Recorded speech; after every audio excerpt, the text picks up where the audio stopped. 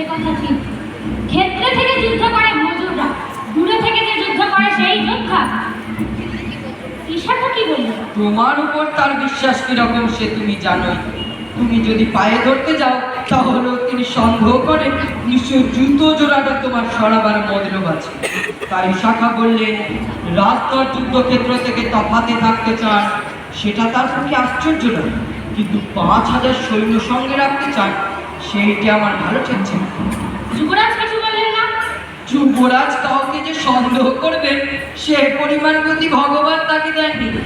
এমনকি তুমি তোমার উপরও তার সন্দেহ হয় না। এই দেখো দুরন্দর, দাদার কথা তুমি অমন করে বলো না। ও ওই জায়গাটা তোমার একটু নরম আছে, সেটা মাঝে মাঝে ভুলে যায়।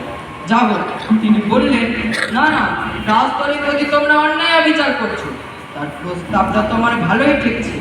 যুদ্ধে যদি সংকট উপস্থিত হয় তাহলে তিনি তার সৈন্য নিয়ে আমাদের সাহায্য করতে পারবেন। এই যুবরাজের অনুরোধেই কি শাখা তোমার প্রস্তাবে রাজি হলে? নইলে তার খুব একটা ইচ্ছে ছিল না।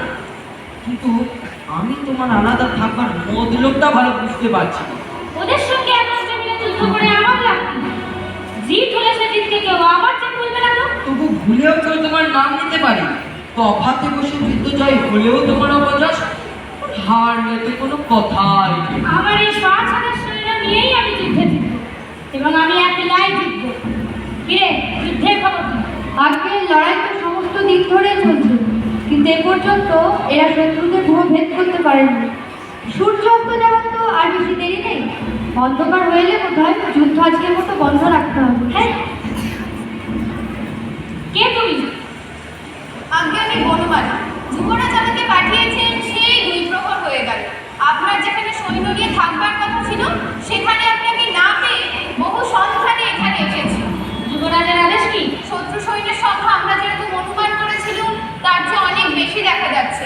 যুদ্ধ অনেক কঠিন হয়ে এসেছে। ইন্দ্রকুমার তার অশ্বরোহী দল নিয়ে শত্রু সৈন্যের উত্তর দিকে আক্রমণ করেছিলেন, আর কিছুক্ষণ সময় পেলেই তিনি সেদিক থেকে শত্রু সৈন্যকে হটিয়ে একেবারে নদীর কিনারা পর্যন্ত আনতে পারতেন।